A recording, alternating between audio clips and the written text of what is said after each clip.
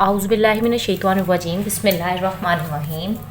अस्सलामुअलैकुम everyone, it's me Rimal Ashraf and welcome back to my YouTube channel named as mathematics teacher. आज जो है वो हम लोगों ने एक्सरसाइज नंबर 1.3 का क्वेश्चन नंबर 7, 8 और 9 अटैम्प्ट करना है। तो क्वेश्चन नंबर 7 की जो है उसकी स्टेटमेंट हम लोग रीड कर लेते हैं, जिसमें उसने लिखा हुआ है Mirha boat a toy. Mirha ने एक टॉय जो है वो परचेज़ किया for ₹1500 and sold it for ₹1520 या 1520 रुपीज़ पे उसने उसको सेल आउट कर दिया है।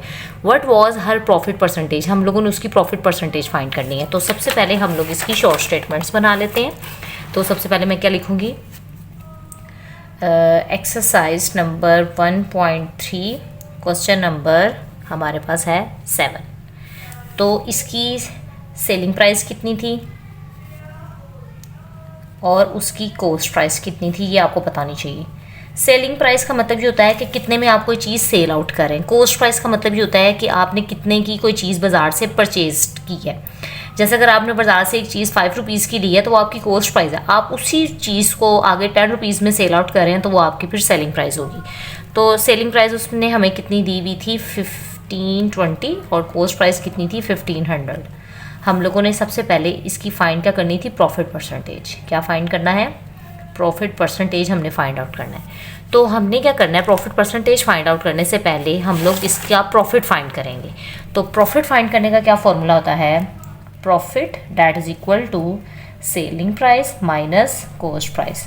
तो सेलिंग प्राइस कितनी थी 1520 माइनस 1500, तो क्या आंसर आ गया 20 रुपीज़। तो कितने का उसको प्रॉफिट हुआ, 20 रुपीज़ का। अब हम लोगों ने सिर्फ और सिर्फ इसका प्रॉफिट नहीं फाइंड करना था, हम लोगों ने इसकी प्रॉफिट परसेंटेज फाइंड करनी है। तो प्रॉफिट परसेंटेज का फॉर्मूला जो है वो आपकी बुक के ऊपर मेंशन किया हुआ है, वो मैं आपको बता देती हूँ। पेज नंबर 16 अगर ओपन करेंगे तो पेज नंबर 16 के ऊपर ये देखिए, ये लास्ट पे लिखा हुआ है profit percentage that is equal to profit by cost price multiply by 100 और परसेंटेज। ये आपको फॉर्मूला याद करना पड़ेगा प्रॉफिट परसेंटेज का। तो अब हम लोग प्रॉफिट परसेंटेज का फॉर्मूला लगा देते हैं, जो कि था profit divided by cost price multiply by 100 और बाहर क्या आ जाएगा, परसेंटेज। तो प्रॉफिट अभी हम लोगों ने फाइंड आउट कर लिया था, जो कि था 20, और कॉस्ट प्राइस क्वेश्चन में हमारे पास गिवन थी जो थी 1500 मल्टीप्लाई बाय ये 100 साथ ऐसे ही आ गया, और बाहर परसेंटेज का हमने साइन भी शो कर दिया। अब अगर मैं ये चाहूँ तो मैं ये 20 से कट कर सकती हूँ। जो 100 है ये 1500 है, तो इस तरह से ये जो 20 लास्ट वाले होते हैं इनकी कटिंग हो सकती है। अब मैंने 20 को 15 पे क्या कर देना है, डिवाइड कर देना, और मैं देख लेती हूँ कि मेरे पास क्या आंसर आ गया। तो क्या लिखूँगी, 20 डिवाइडेड बाय 15, तो हमारे पास आ गया 1.33। इसका जो आंसर आया वो आया 1.33%। अब इसका जो आंसर है वो हम लोग अपनी बुक के आंसर से मैच कर लेते हैं। इसका आंसर मेरे पास आ गया 1.33%। इट्स मीन्स हमारा क्वेश्चन नंबर जो 7 था उसका आंसर बिल्कुल ठीक आया। अब हम लोग चलते हैं अपने क्वेश्चन नंबर 2 की तरफ। सबसे पहले हम लोग लिख लेते हैं, हमारे पास दिया क्या हुआ था, एनुअल इनकम। क्या लिख लेंगे, एनुअल इनकम। एनुअल इनकम कितनी है, 9,60,000। ठीक है, ये हमारे पास एनुअल इनकम है। उसके बाद हम लोगों ने लिखनी है एग्जैम्प्टेड अमाउंट। ये लिखी हुई है ना क्वेश्चन में, एग्जैम्प्टेड अमाउंट, ये आपने लिखना है। जो गिवन होता है सबसे पहले वो लिखते हैं ना। एग्जैम्प्टेड अमाउंट कितनी है, 1,30,000। एक दफ़ा मैं दोबारा बता देती हूँ, एग्जैम्प्टेड अमाउंट क्या होती है, टैक्स फ्री अमाउंट, मतलब ऐसी अमाउंट जिसके ऊपर आपने टैक्स पे नहीं करना। ये टोटल अमाउंट चाहिए, लेकिन उसमें से जो इतनी अमाउंट है ना उसके ऊपर आपने टैक्स पे नहीं करना। तो मतलब उसने तो हमें यही बताया ना कि उसकी एनुअल इनकम के ऊपर जो है वो आपने जितना उसको टैक्स लगेगा आपने वो बताना है। तो अब सबसे पहले हम लोग ये जो एग्जैम्प्टेड अमाउंट है ना जिसके ऊपर उसका टैक्स नहीं है वो फाइंड कर लेंगे, उसको उसमें से निकाल देना। ये 9,60,000 में से ये वाली वैल्यू तो गई बाहर, तो वो किस तरह से करेंगे, सबसे पहले लिख देंगे रिमेनिंग अमाउंट। तो रिमेनिंग अमाउंट आपको पता है कैसे करेंगे, टोटल इनकम में से 9,60,000 में से हम लोगों ने माइनस कर देना है 1,30,000। चलें, एक ज़ीरो जो है वो मैंने ऊपर लिख दिया है, यहाँ से स्टार्ट कर लेते हैं।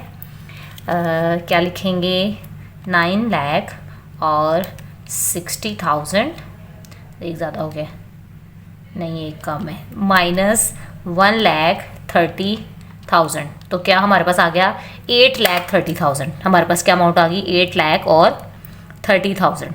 ये हमारे पास अमाउंट आ गई है। अब हम लोगों ने बताना है टैक्स अमाउंट, टैक्सेबल अमाउंट, मतलब अब हम लोगों ने ये बताने लगे हैं कि भाई कितनी अमाउंट आएगी जिसके ऊपर हम लोगों ने टैक्स जो है वो फाइंड करना है। तो ये 8,30,000 को हम लोगों ने मल्टीप्लाई कर देना है। हमारी टैक्स की रेट क्या थी 0.75, तो इधर क्या लिख देंगे 0.75 और आगे क्या आ जाएगा परसेंटेज। अच्छा जी, 8,30,000 को आप ऐसे ही लिखा रहने दें, मल्टीप्लाई बाय 0.75 को क्या मैं ऐसे लिख सकती हूँ 75/100 और साथ में परसेंटेज इस तरह से लिख सकती हूँ। कैसे लिखा है ये देखेंगे, पॉइंट था ना, पॉइंट को जब खत्म करेंगे तो 1 आगे जाएगा, आगे ये जितनी वैल्यूज़ है ना उतने ज़ीरो आ जाएंगे। ठीक है, अब देखें एक और स्टेप में 8,30,000 और साथ में मल्टीप्लाई बाय 75/100 और ये जो परसेंटेज होता है, परसेंटेज का भी तो मतलब होता है ना आउट ऑफ 100, तो इसको भी 1/100 कर लेंगे। ठीक है, अब देखें, अब मैंने ये प्रीवियस क्वेश्चन में भी आपको बताया था कि अगर हम लोग क्या करेंगे, यहाँ देखें मैंने ये 20 इन 20 से कट किए थे ना, इधर भी अगर मैं ये 20 इन 20 से कट हो गए और ये वाले 20 इन 20 से कट हो गए, तो अब मैंने क्या करना है 83 को मल्टीप्लाई कर देना 75 के साथ। तो क्या करूँगी 83 मल्टीप्लाई बाय 75, तो क्या आंसर आ गया 6,225 रुपीज़। मतलब उसने सिर्फ और सिर्फ कितनी अमाउंट पे करनी है, टैक्सेबल अमाउंट उसकी कितनी है 6,225। क्वेश्चन जो है वो बुक से मैच कर लेते हैं आंसर 600। एक दफ़ा मैं जो है वो आपको जूम कर कर दिखा देती हूँ। ये है आपका आंसर जो कि था 6,225। इस तरह से हमारा क्वेश्चन नंबर 8 भी जो है वो भी सॉल्व हो गया। अब हम लोगों ने करना है क्वेश्चन नंबर, लेते हैं एक दफ़ा से। क्वेश्चन नंबर 9 में उन्होंने लिखा हुआ है फाइंड द कंपाउंड मार्कअप। ये देखिए साफ पता चल गया, क्वेश्चन में उसने बता दिया कि कंपाउंड मार्कअप फाइंड करना है ऑन रुपीज़।